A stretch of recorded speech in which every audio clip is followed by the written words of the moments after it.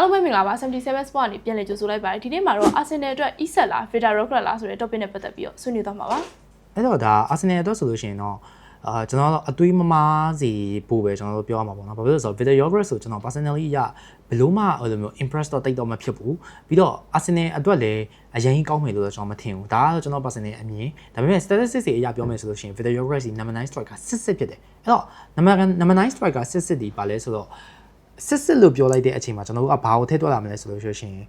striker တယောက်ရဲ့လုံထုံးလုံနည်းအတိုင်းသူတို့ goal poacher လုပ်မယ်ပြီးလို့ရှိရင် targeting လုပ်မယ်ဒါတွေပဲဟုတ်ကဲ့သူစီဘောလုံးရောက်မှသာလျင်သူ goal သွင်းမယ်ဆိုတဲ့သဘောတရားမျိုးဒါဒီ number 9 striker စစ်လို့ပြောလို့ရတယ်ဒါပေမဲ့အဲ့ number 9 striker စစ်ကိုမှတကယ်စစ်တွေပဲဒါပေမဲ့ရေမရောဘူးတိုးတော်ညာလည်းပဲဒီ ball contribution ကောင်းတယ်ပြီးလို့ရှိရင်နည်းနည်း ego မရှိတဲ့ဒါ number 9 striker တွေရှိသေးတယ်ဒါပေမဲ့ Vida Rocker စီအဲ့လိုမျိုးမဟုတ်ဘူး Vida Rocker စီအဟုန်နဲ့ပြေးတယ်ဗျာလွယ်လွယ်ပြောမယ်ဆို speed မြန်တာမဟုတ်ဘဲနဲ့သူ့ရဲ့ဒီ body weight အဟုန်နဲ့ပြေးတယ်အဲ့လိုမျိုးအဟုန်နဲ့ပြေးတဲ့လူတော်တော်များများဒီဘာဖြစ်လဲဆိုတော့ဟိုပြောမယ်ဆိုလို့ရှိရင်နည်းနည်းတဒန်းနဲ့ပြေးတာများဒီပြေးတဲ့အချိန်မှာဆိုလို့ရှိရင်အဲ့လိုမျိုးတဒန်းနဲ့ပြေးတာတွေသူ့ကို stop ပေးပဲလုပ်ရလွယ်တယ်ဟာလန်ဒီအဟုန်နဲ့လော speed နဲ့ရောပါတယ်ဝိုင်နန်းဆိုလို့ရှိရင်အဟုန်နဲ့ပဲပြေးတာသူအဲ့လောက်မမြန်နေဘူးအဲ့တော့ပြောရမယ်ဆိုလို့ရှိရင်အဲ့လိုမျိုးအဟုန်နဲ့ပြေးတဲ့လူတွေက ball control နည်းနည်းလေးမကောင်းဘူးလို့ကျွန်တော်ကတော့သတ်မှတ်တယ်လွယ်လွယ်ပြောမယ်ဆိုလို့ရှိရင်အဲ့တော့ ball control အနေနဲ့အဲ့လောက်ကြီးဒီမကောင်းတဲ့အချိန်မှာ Arsenal ရဲ့တိုက်စစ်အခင်းချင်းဆိုလို့ရှိရင် Arsenal ဒီ first time ဖြစ်တဲ့လူတွေနဲ့စုနေတာအကယ်၍ဆိုကြပါစို့ Rodrigo မလာနဲ့အောင် Martinelli နဲ့ပဲတွားအောင် Martinelli ဒီ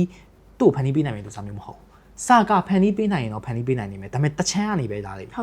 win ဆိုလို့ရှိရင်ပေါ့နော် Central ဆိုလို့ရှိရင်လည်းသူ့ကိုဖန်တီးပေးလိုက်မယ်သို့တော်ညာလေးပဲသူဒီ18ကိုက်စီးပေါ်မှာထိုင်နေမှာ18ကိုက်စီးအောက်မှာစောင့်နေမှာအဲ့လိုမျိုးစောင့်နေတဲ့အချိန်မှာဂိုးသွင်းနိုင်မှာဒါဒီကျွန်တော်တို့ Arsenal အတွက်စိတ်ပူ Vida Rocker ဆိုစိတ်ပူစရာကိစ္စရရှိတယ်ဘာဖြစ်လို့လဲဆိုတော့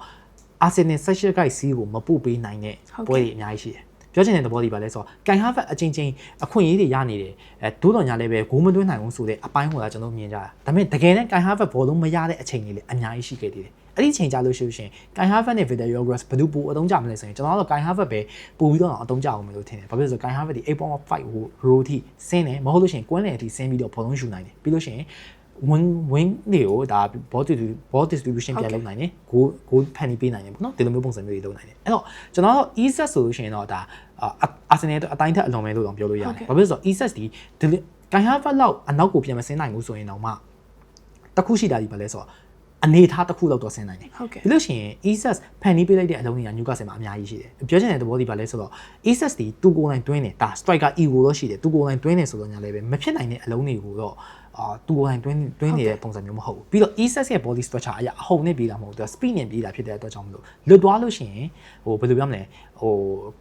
ဘယ်လိုပြောမလဲ dribbling မဟုတ်ဘူးဆိုတော့ညာလည်းပဲ take on ကောင်းတယ်လို့ကျွန်တော်တို့ပြောလို့ရတယ်ပြီးတော့ကျွန်တော်တို့ Isak ကိုကြည့်မယ်ဆိုလို့ရှိရင်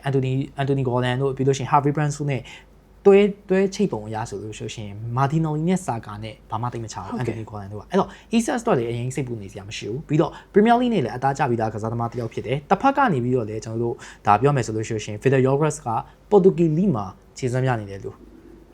Vida Rocker ဒီ Arsenal ကို Premier League မှာထမ်းတင်ပေးနိုင်မှာလားမဟုတ်ရင် Premier League မှာအသားကျပါမလားဆိုတာတော့ကျွန်တော်မသိနိုင်သေးဘူးအဲ့တော့ကျွန်တော်ကတော့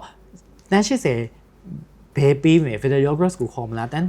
100ကျော်လောက်ပေးမယ် Isak ကိုခေါ်မလားဆိုရင်တော့